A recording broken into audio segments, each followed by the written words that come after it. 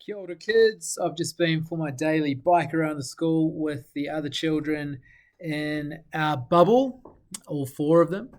So that was quite fun. That's one of the cool things about being at school when there's no other kids, is that pretty much we have free reign of the school and we can ride wherever. Um, yeah. Anyway, we'll listen to what the government says, and you never know. Hopefully, we might be back at school next week and I'll be able to see all of your faces. So, between now and then, let's try and finish this book. We're up to chapter 18. This is your picture for the day. So, you can see Jonas there and the giver. I'm not sure what they're talking about, but let's find out. Chapter 18. Giver, Jonas asked the next afternoon, do you ever think about release? Do you mean my own release, or just the general topic of release? Both, I guess. I apologize. I should have been more precise, but I don't know exactly what I meant. Sit back up. No need to lie down while we're talking.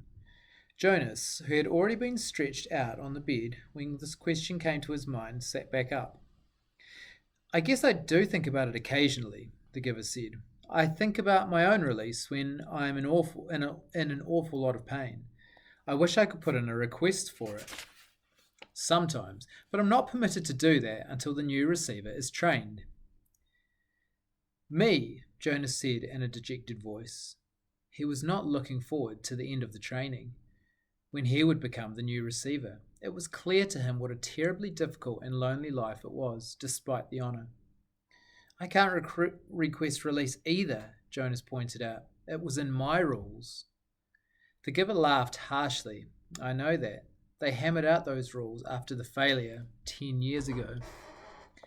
Jonas had heard again and again now reference to the previous failure, but he still did not know what had happened 10 years before. Giver, he said, tell me what happened, please. The giver shrugged. On the surface, it was quite simple. A receiver was to be selected, the way you were. The selection went smoothly enough. The ceremony was held and the selection was made. The crowd cheered as they did for you. The new receiver was puzzled and a little frightened, as you were. My parents told me it was a female. The giver nodded. Jonas thought of his favourite female, Fiona, and shivered. He wouldn't want his gentle friend to suffer the way he had, taking on the memories. What was she like? He asked the giver.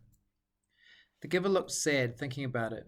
She was a remarkable young woman, very self-possessed and serene, intelligent, eager to learn. He shook his head and drew a deep breath. You know, Jonas, when she came to me in this room, when she presented herself to begin her training, Jonas interrupted him with a question. Can you tell me her name? My parents said it wasn't to be spoken again in the community, but couldn't you just say it to me?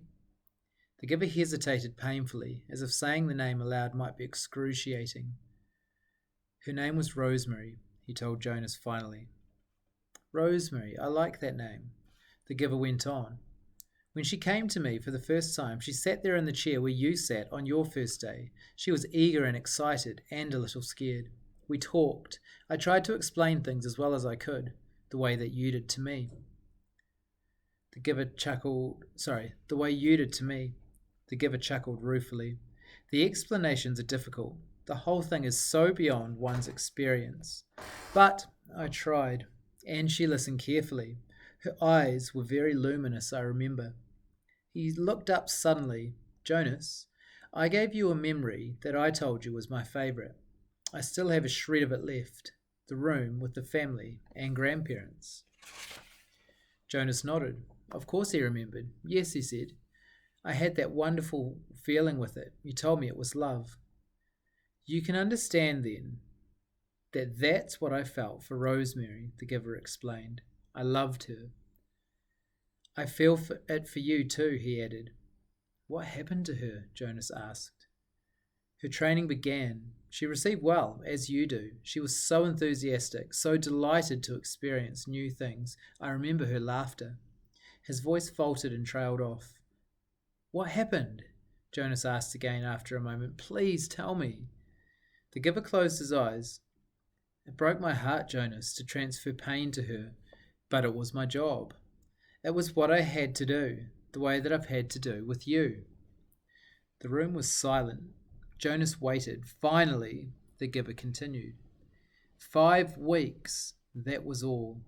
I gave her happy memories, a ride on a merry-go-round, a kitten to play with, a picnic. Sometimes I chose one just because I knew it would make her laugh, and so I treasured the sound of that laughter in this room that had always been so silent. But she was like you, Jonas. She wanted to experience everything. She knew that it was her responsibility, and so she asked me for more difficult memories. Jonas held his breath for a moment. You didn't give her war, did you? Not after just 5 weeks. The giver shook his head and sighed. No, and I didn't give her physical pain, but I gave her loneliness, and I gave her loss. I transferred a memory of a child taken from its parents. That was the first one. She appeared stunned at its end. Jonas swallowed. Rosemary and her laughter had begun to seem real to him, and he pictured her looking up from the bed of memories, shocked. The giver continued. I backed off, gave her more little delights, but everything changed once she knew about pain. I could see it in her eyes. She wasn't brave enough, Jonas suggested. The giver didn't respond to the question. She insisted that I continue, that I not spare her. She said it was her duty, and I knew, of course, that she was correct. I couldn't bring myself to inflict physical pain on her, but I gave her anguish of many kinds, poverty and hunger and terror. I had to, Jonas, it was my job, and she had been chosen. The giver looked at him imploringly. Jonas stroked his hand. Finally, one afternoon we finished for the day. It had been a hard session. I tried to finish, as I do with you, by transferring something happy and cheerful. But the times of laughter were gone by then. She stood up, very silently, frowning, as if she were making a decision. Then she came over to me and put her arms around me. She kissed my cheek. As Jonas watched, the giver stroked his own cheek, recalling the touch of Rosemary's lips 10 years before. She left here that day, left this room, and did not go back to her dwelling. I was notified by the speaker that she had gone directly to the chief elder and asked to be released. But it's against the rules. The receiver in training can't apply for a... It's in your rules, Jonas, but it wasn't in hers. She asked for release, and they had to give it to her. I never saw her again. So that was the failure, Jonas thought. It was obvious that it saddened the giver very deeply, but it didn't seem such a terrible thing after all. And he, Jonas, would never have done it, never had requested release, no matter how difficult his training became. The giver needed a successor, and he had been chosen. A thought occurred to Jonas. Rosemary had been released very early in her training. What if something happened to him, Jonas?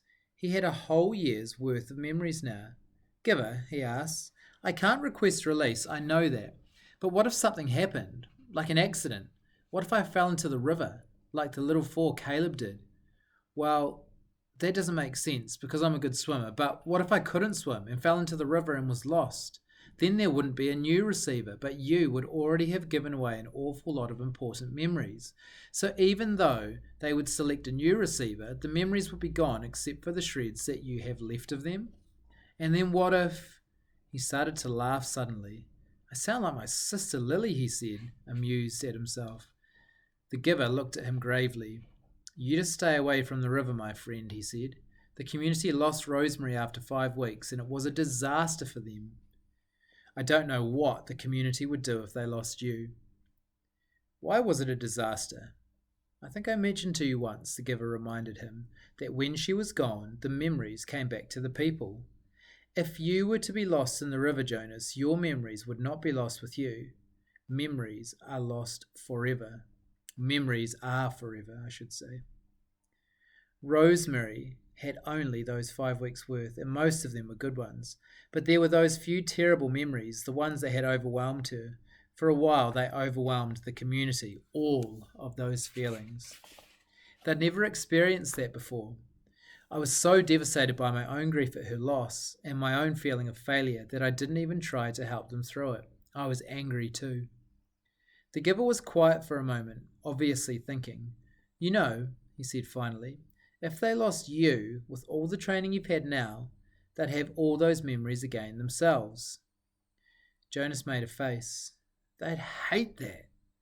They certainly would. They wouldn't know how to deal with it all.